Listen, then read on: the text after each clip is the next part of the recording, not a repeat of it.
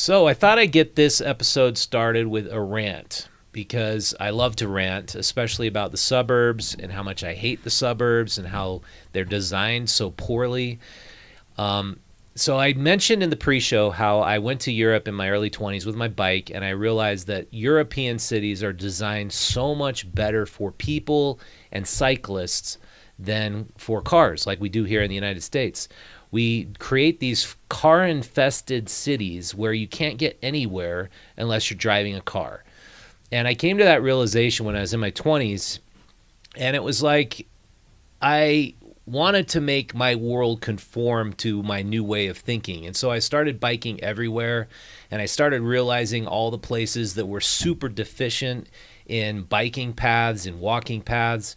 And I started thinking, this place has got to change. Why do we got to take 3,000 pounds of metal and steel and plastic everywhere we go in the city, even for the shortest trips to like the grocery store? It's absolutely ridiculous. When you go to Europe, you'll notice that the cities were designed before cars, and you can walk wherever you want. You can go to grocery stores, to bakeries, the post office, the library, wherever you want. You can walk there or bike there. And we live in a society where we've prioritized the car at the top of the pyramid. So our cities aren't designed to scale. They're not designed to really walk around and have an enjoyable experience because the car is at the top. The people should be at the top. Walkers, pedestrians, and bikers. They should be the very top of that pyramid because that's what you want to encourage. Because you're healthier if you're walking. You're healthier if you're biking. You're way less healthy if you're driving everywhere and you're miserable. And speaking of that, if we design our cities for people rather than cars, they're way more beautiful. They're way prettier. If you go over a bridge that is designed for a person as opposed to a bridge designed for a car, notice how when you're going over a bridge designed for cars, you're just afraid for your life the whole entire time. And if you're going over a pedestrian bridge, you're enjoying it. You're looking around. You can enjoy conversation. And so my point is, I think we should design our cities better for the future. And I got this idea in my head in my early 20s. I've kind of stuck with it. I've read books about suburban planning, urban planning. I love the ideas of Jane Jacobs, and I've talked to a lot of people regarding this, including the folks at Envision Utah. And on the program with me today is Jason Brown, who's the Executive Vice President of Envision Utah. He's in charge of communications and planning. And we're going to talk all about it today. Thanks, Jason, for coming on. I really appreciate it. Happy to be here. So you guys are envisioning Utah. You've been doing that for 30, 40 years. Is it really difficult? Is it an uphill battle to get people on board with the idea that we should design our cities more for people than for cars? Well, we've been around for 25 years actually, and we started under the premise that we didn't have a specific design we wanted to convince people of. We wanted to help people understand the benefits to the benefits and the cons, the trade-offs that we make for different growth patterns. And so we created a process where we engage residents in identifying, what are your priorities as you think about the future? What do you want for both your family, for your kids, for future generations? And then we try and look at what the options are for meeting those goals in different ways, because there's not always just one way to meet those goals, but there are different ways and different trade-offs you can make, and then we get the public to look at and weigh in on those. And what we have found is that when you trust people with good information, and when you present it clearly and say, these are the trade-offs for this kind of growth, or this way of accommodating the growth that's coming, or this way of planning for future generations, we find that if you really have good options and good information, people generally make pretty good decisions. Yeah, that's really appropriate because low information people don't make the best decisions. High information people make better decisions. So I'm going to play a clip that we can look at. I was going to play it in the intro, but it's appropriate you said choices, because this is a clip of what Sugar House Park looks like. Now, the Sugar House area, I believe, was designed before the car generally, right? Mm-hmm. And so you have Sugar House Park, you have this amazing giant walkable park, and then you have Fairmont Park that's only not even a half mile away. And they just put in all this open space that's easily accessible by walking. That's my old neighborhood. And pause it there. And what I noticed is you can get around easily walking because it wasn't designed primarily for car convenience. It was designed for people, and it was scaled to people. Do you find that's a common preference, or do people want their car designed cities? Ooh, I mean, under different scenarios, people want different things. I mean, Sugar House certainly isn't in the same league as like European cities that were like literally like grown before the car was even invented. But a lot of Sugar House, certainly developed when there were cars and things. But we had we moved the old prison that used to be Sugar House, and that left a lot of open land. And there, I think, my personal view is it was a really great decision to take that and say, let's create a park around this. And then since then, there has been a lot of really intentional decisions to turn it into a walkable area. And the cities, as they were built, they put in sidewalks, and they went with a grid pattern that makes it so much easier to walk around than a maze of cul-de-sacs. And so it's not.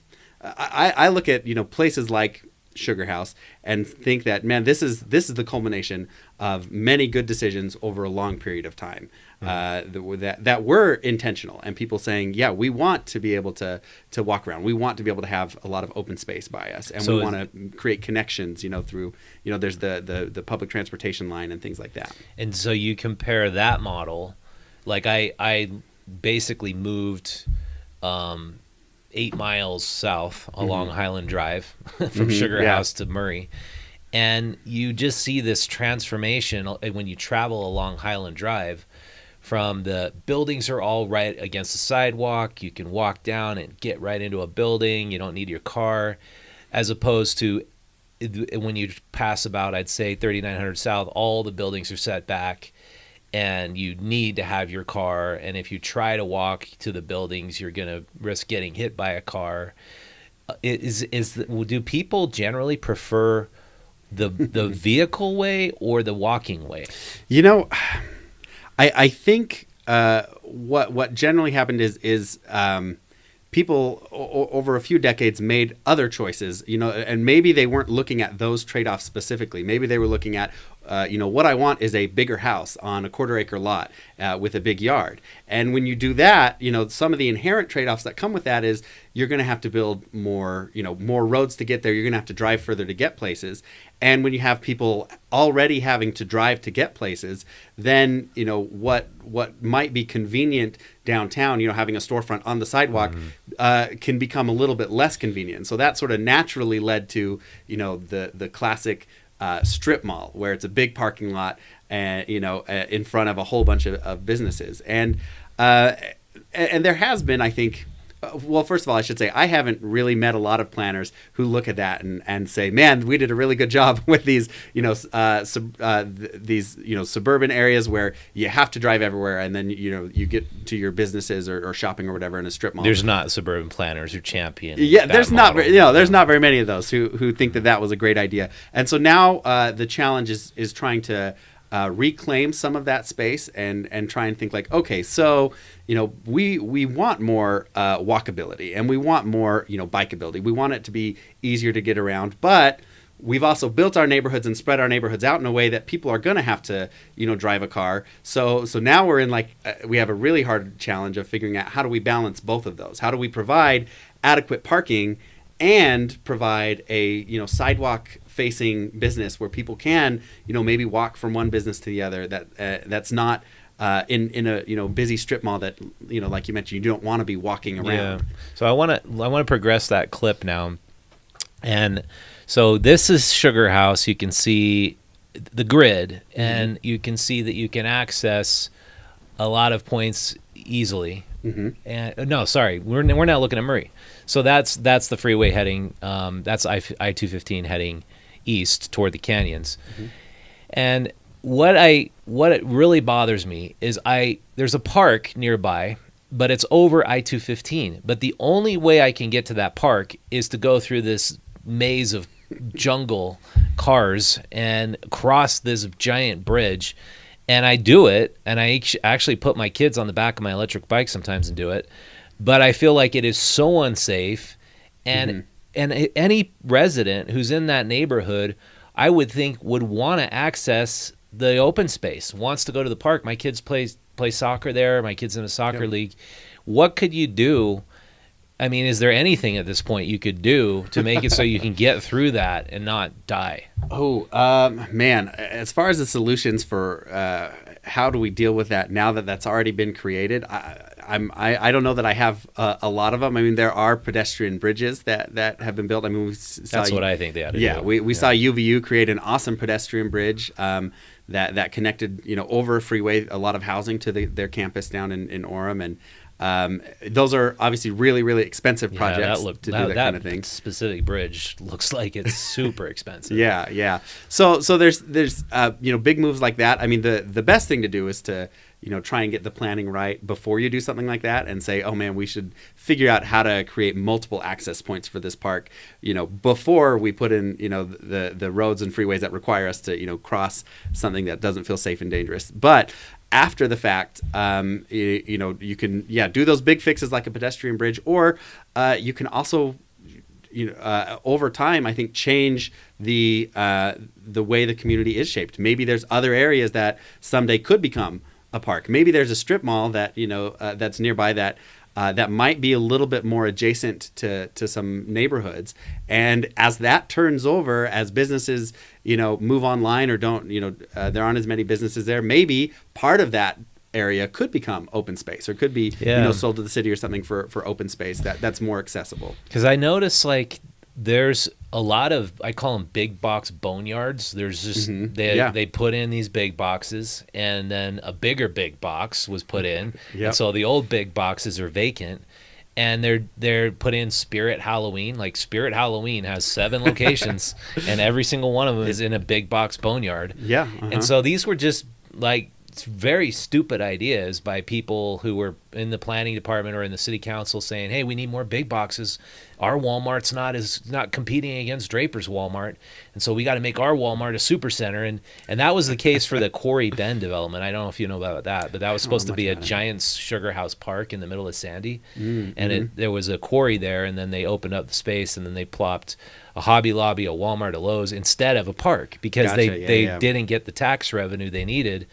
And the thing we learned is, if you compare giant big box superstore development with just local businesses on a street, they actually gain way more tax revenue per square foot than they do on the local street with smaller stores than they do the giant big box developments. But cities from all along the Wasatch Front want the big box developments.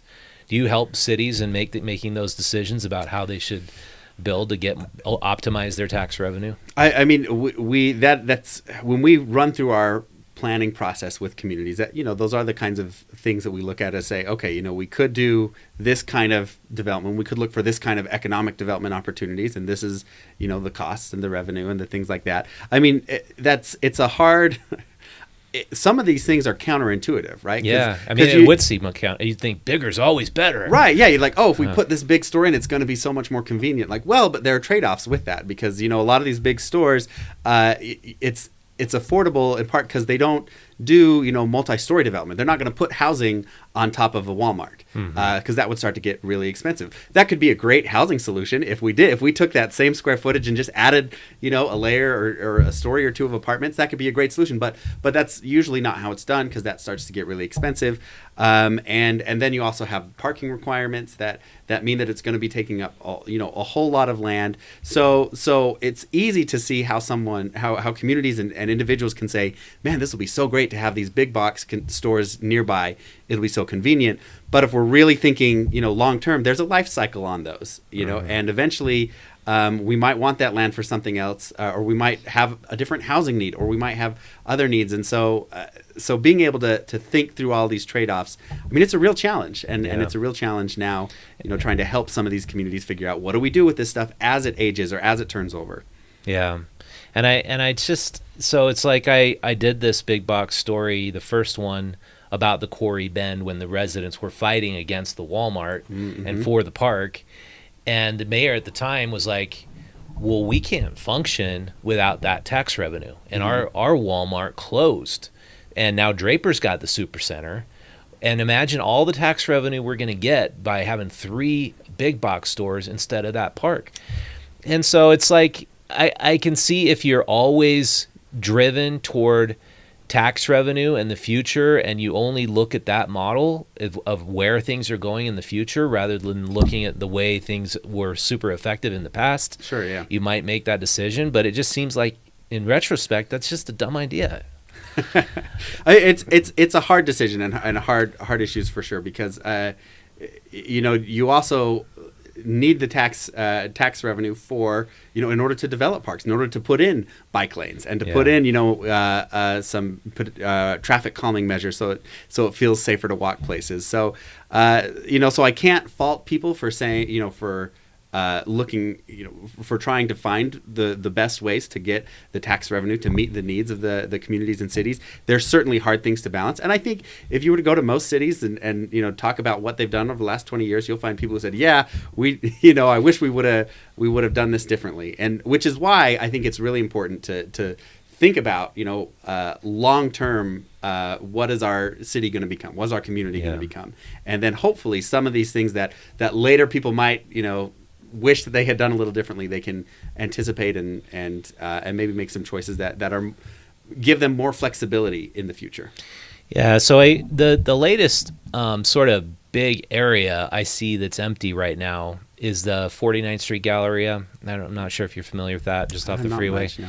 Oh yeah, it's like 49th South and just to the west of the I-15 freeway. Yeah, uh-huh. And I'm hearing all this, talk about affordable housing. The city council just passed the tiny home village, the other side tiny home village, which is great. It's going to be 58 housing units right now on 8 acres. They have the ability to expand it to 40 acres if the neighborhood likes it and they do a good job. But I'm looking at how housing has gotten so incredibly out of reach, even for the middle class in Utah. I mean, to afford a $500,000 to $600,000 house, you really need to be making household income 6 figures. And so anybody starting out isn't going to be able to afford that unless they're a doctor or a lawyer. What do you think is the key to housing affordability as we move forward, 10, 20 years into the future? The biggest key to housing affordability is going to be just making sure that we have enough supply. I mean, what we're facing here is we have a housing shortage because Utah's a great place to live. People want to live here. So when people grow up here, they want to stay, and we've had a lot of people in the last couple of years also come back to Utah, maybe after living away for a while. And then we've had a lot of people from out of state wanting to live in Utah. And they're saying, you know what, if I don't need to be cramped, in this small apartment. Very weird. Yeah. We haven't put on enough of our weird politics lately, I guess. well, we've had a lot of people moving in, and so our biggest challenge has just been a lack of supply, and so the big picture, the biggest thing we can do to address housing affordability is make sure that we have enough housing. Now, I don't think that we're ever going to go down to a point or go back to a point where the median home price is $350,000. It's right now about $530,000, and I don't think we're going, back where things are going to get much cheaper. But if we can slow down the increase by having enough supply and then make sure that it doesn't outpace wage growth too much, I think we can long term get this to in a little bit more manageable situation. Do you think so? My point about the 49th Street Galleria space is like that's a huge. I think it's probably 20 acres. Wow. I mean, if that was something like a tiny home village or manufactured home village or prefab, anything that's not reliant upon current building costs, you could have affordability there. But do you ever see that passing with all the NIMBYism we have here? That's a good question. What I would like to see is people sort of reframing housing. We focus so much on just the actual structure itself and not on all the trade-offs that come with it, not on okay, this kind of home requires this much road, or this kind of home requires less road or less utilities or less investment, or this kind of home promotes walkability and this kind of home maybe doesn't. If we start to think about housing in terms of the whole package, I think we can see room for more variety.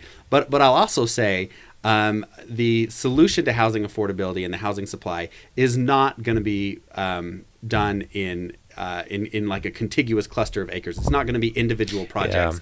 I think you need like 10 tiny home villages. You'd need 10 tiny home villages, but I think we also need to look at every community can look at and say, we could accommodate more housing variety here. Maybe it's more ADUs that are rented out as long-term rentals or something, or maybe it's redeveloping strip malls that are aging into mixed-use centers where there's housing in addition to some new businesses and stores, and maybe it's more duplexes or small apartment complexes mixed in with traditional single-family neighborhood homes. Mm-hmm. There's no way that we're going to. There's just not enough open land, even big 40-acre plots like that. There's not enough open land along the Wasatch Front to accommodate all of our housing need in new spaces where we haven't had it before. With more housing before.